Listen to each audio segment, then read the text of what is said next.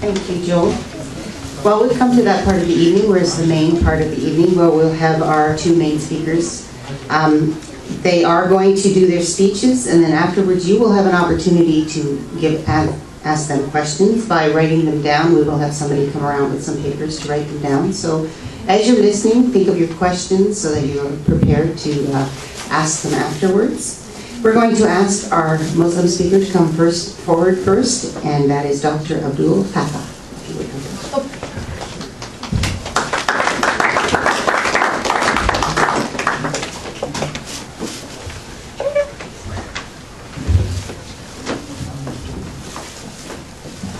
نحمده ونصلي على رسوله الكريم والحمد لله رب العالمين.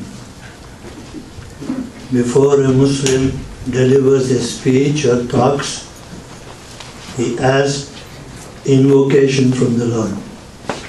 So that is what I did. We never say Lord, we never say God. The Creator has got only one name, and that is Allah subhanahu wa ta'ala. So is in the Torah, and the equivalent is Yehuda, Yahweh. So Allah subhanahu wa ta'ala says, Inna nahnu nazalna zikra وَإِنَّا لَهُ لَحَافِظُونَ. He is the one who is sending his speech, and he will be responsible for its protection, preservation, and deliverance. Before I start my dissertation, I want to establish certain disciplines regarding the topic. The topic being preservation of Quran. Preservation of what is Quran? It is the speech of Allah subhanahu wa ta'ala. So any speech should have certain ingredients in it. That has to be very clearly enumerated. That consists of letters, words, and assemblage of the words in a fashion that conveys certain message or meaning. That is what we call it sentence. In Arabic we call it ayah, revelation of Allah subhanahu wa ta'ala.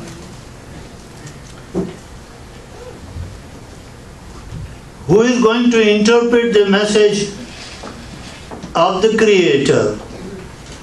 So it has to be interpreted also. And when you talk about preservation of this speech, it has to be implemented. So, this duty Allah subhanahu wa ta'ala, the Creator Himself, has taken upon Himself.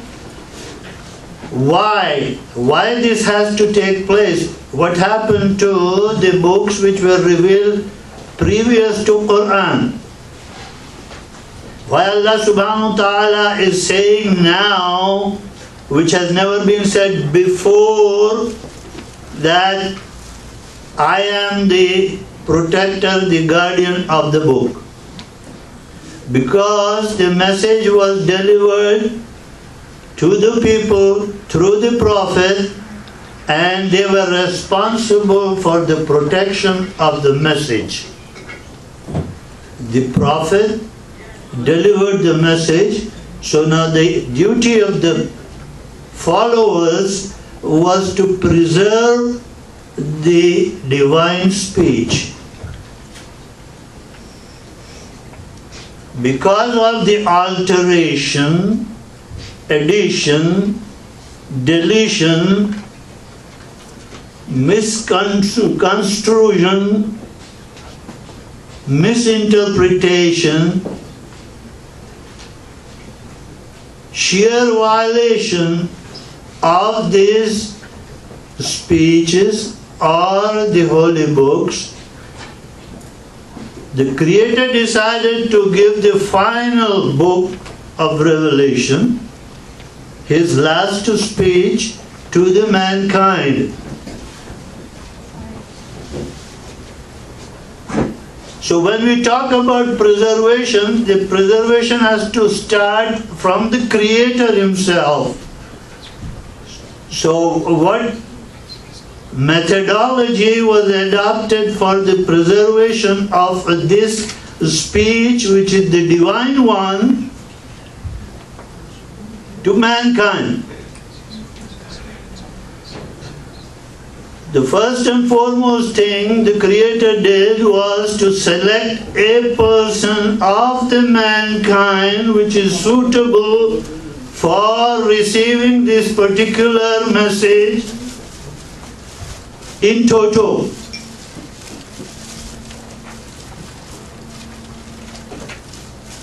Who can be best deliverance of this particular divine message than the angels? Because they are all the time in worship 24 hours round the clock. They don't have any jurisdiction to disobey.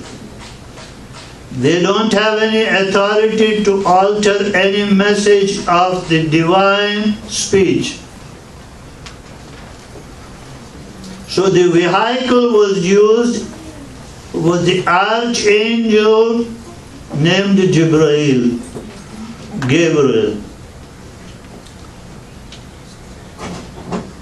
The speech containing letters, words, meaning, interpretation in toto, without alteration, was delivered by archangel to the best selected specimen of humanity by the Creator,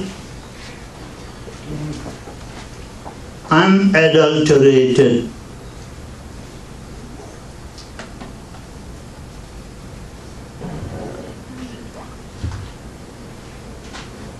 What language has to be used?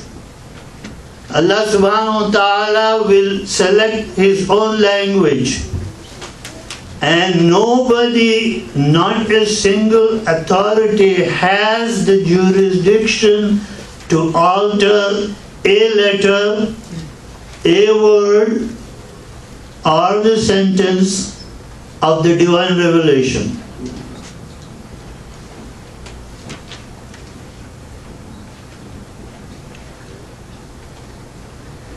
Before the speech of the Creator was delivered in toto to the mankind, to Moses and to Jesus in total.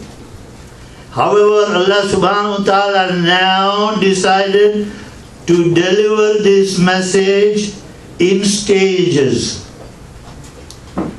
What is the wisdom behind this selection of delivering the message in stages?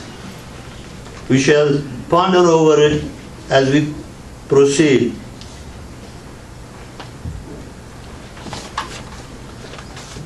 Not only that, after the revelations, Allah subhanahu wa ta'ala challenged mankind and said, if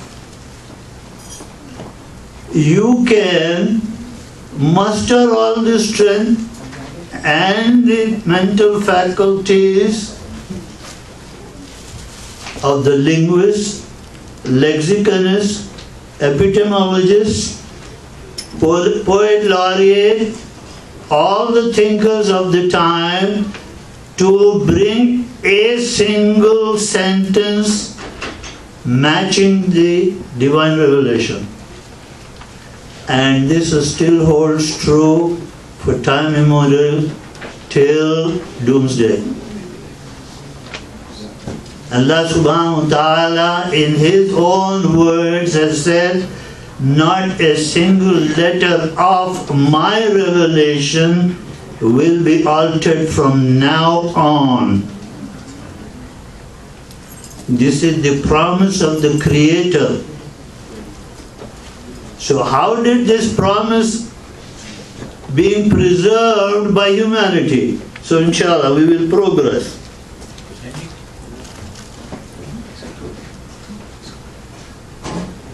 Whenever a prophet is sent for a group of people, that particular messenger will deliver the message in the language people understand.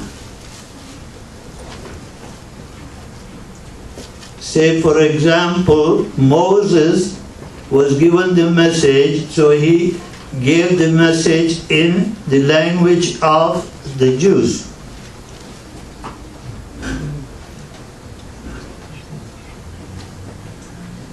Was it preserved? Was that language still spoken? So is the case with Jesus Christ. What language was he given the message? Is that language still existing?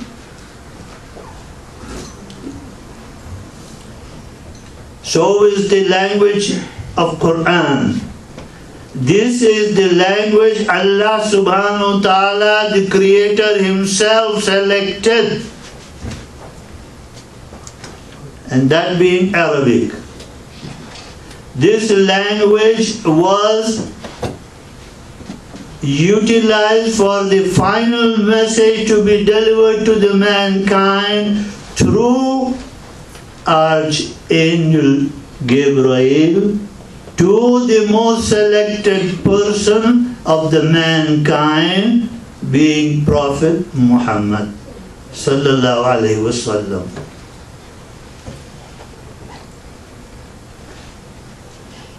And he was instructed, he was remonstrated, he was immediately warned.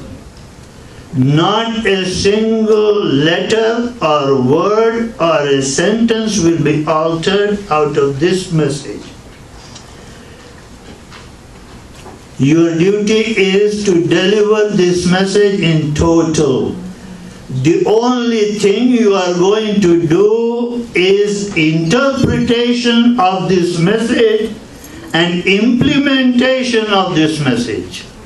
This is your duty to perform.